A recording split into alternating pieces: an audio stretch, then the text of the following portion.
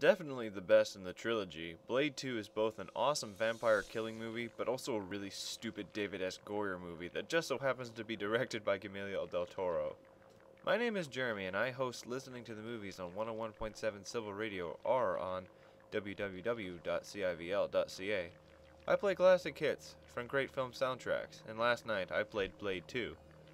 I'll be up front here. I love and hate this movie. I love the action scenes, I hate the pacing. I love the idea of a virus-like vampire strain, I hate how stupid the actual vampires are. I like the character of Blade, but I hate the actions that he and other characters make that are just plain dumb. I'll get to that in a second. Blade 2 follows the main character, Blade, who is asked by the Vampire Nation to help him in hunting a new breed of vampires called the Reaper strain. They are immune to garlic and silver, have a heart encrusted in bone, and they are very, very strong. Their only weakness is sunlight.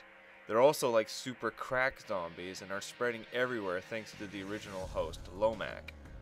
Blade teams up with the Blood Pack, a group of vampires who have ironically been trained to kill Blade. They hunt the Reapers, they all die, and Blade has an awesome fight scene with Lomac at the end. Now for the good things about this movie.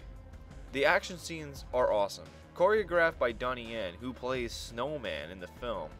The fight scenes are awesome, and Del Toro keeps everything in scope.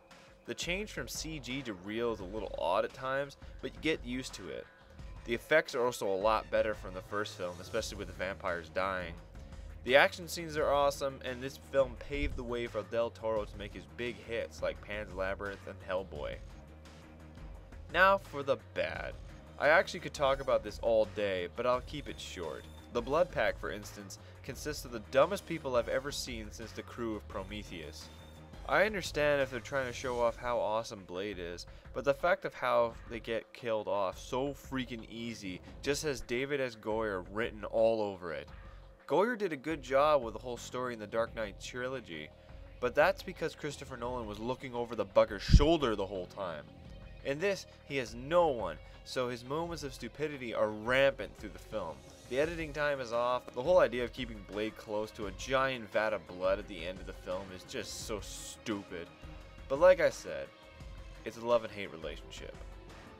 I will be honest here as well, I actually really don't like the soundtrack. But it is October, and I really only have 3 other scary-like movies to play with a Halloween-like theme. I just honestly don't like R&B. I don't mind some songs like Eye Against Eye by Mos Def, and it's really cool that The Roots and Groove Armada collaborate with hip-hop artists on the soundtrack, but a lot of it's just a bunch of dumb swearing rappers in my opinion. I'm not as opposed to language in songs as some may think, and I don't mind the party tunes, but some of the songs like Cowboy by Eve and Fatboy Slim are some of the worst songs that I have ever heard, if you can even call it a song.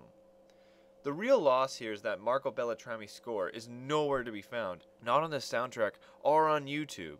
He's worked on such films like 310 to Yuma, which I have played, and Live Free or Die Hard. It's a real shame as he really is a great composer that no one remembers. It's a toss-up with this movie. If you want to see awesome fight scenes and cool evil vampire things that pretty much are used in Del Toro's The Strain novels, watch this. But if you hate stupid characters, bad pacing, and silly story, don't watch it. That's all I can say. If you want to catch the podcast of the show, click the first link in the description. I warn you, there is a little bit of language in the song, so I apologize for that. If you want to catch up on what I play, click the second link in the description for the Facebook page. Thanks for watching.